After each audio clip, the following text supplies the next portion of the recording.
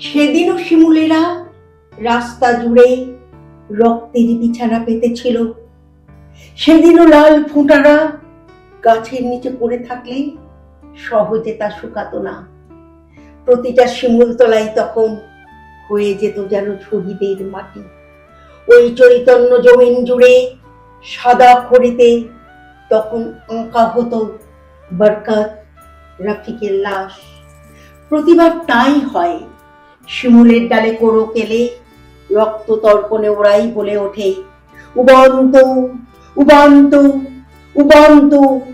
আমি আছি যেহেতু আমরা সবাই আছি। মানবের সেই আদিম উচ্চারণ যাবতীয় গাছেরা, ফুলেরা, পাখিরা, নদী, বাতাস, পাহাড়, অনন্ত আকাশেরা, সীমাহীন দিগন্ত, নিশ্চিম সমুদ্রেরা সবখানে প্রতিটি জনপদে ধ্বনিত প্রতিধ্বনিত হয় একটাই শব্দ, উবন্ত, উবন্ত, উবন্ত। ছন্দ ভাষাটিকে কারো বুঝতে অসুবিধে নেই, না মানুষের, না পশুর, না পাখির, না প্রকৃতির। তাই প্রতিবার আমের মুকুলেরা কোকিলকে ডেকে কয় উবন্তু। মেঘের রং এসে সূর্যকে ডেকে বলে উবন্তু।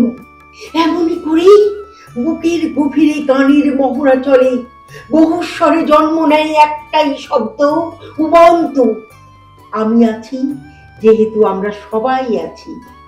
দেখতে দেখতে এবারও 21শে ফেব্রুয়ারি এসে গেল।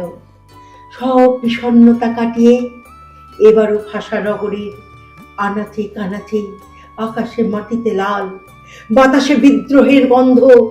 ভাষা বাঁধে জোট, জোট গড়ে প্রতিবাদ। এবারও শিমুল ঠিক সেবারের মতোই প্রতিবাদী। সে জানে একমাত্র ভাষাই পারে মৃত্যুকে জয় করতে, নিজেকে বাঁচিয়ে রাখতে। রাত পোহালেই 21শে ফেব্রুয়ারি, গাছে গাছে পলাশে শিমুলে, কোকিলে দোয়েলে, কানে কানে চুপি চুপি গুঞ্জরিত সেই শব্দ, উবন্তু। চলো চলো বেরিয়ে পড়ি বর্ণ পরিচয়ের মিছিলে, পায়ে পায়ে নীল ব্যারাক পেরিয়ে বিশ্ববিদ্যালয় ঘুরে এসে চলো সরাসরি মৃত্যুর বিবরে। ঘাতকের চরিত্র হয়তো বদলায় না ঠিকই, তাতে কি এসে যায়? আমাদের শিমুল চৈতন্য ঘিরে জন্ম নেই একটি সমবেত স্বর, উবন্ত। সোচ্চারে ঘোষণা করুক এক সার্বজনীন চার্টার।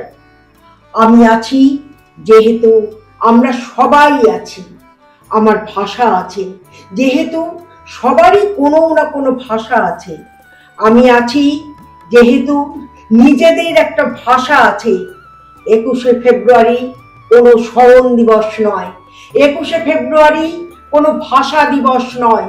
এ এক বহুমাত্রিক উচ্চারণ, উবন্ত, উবন্ত, উবন্ত, উবন্ত, উবন্ত, উবন্ত।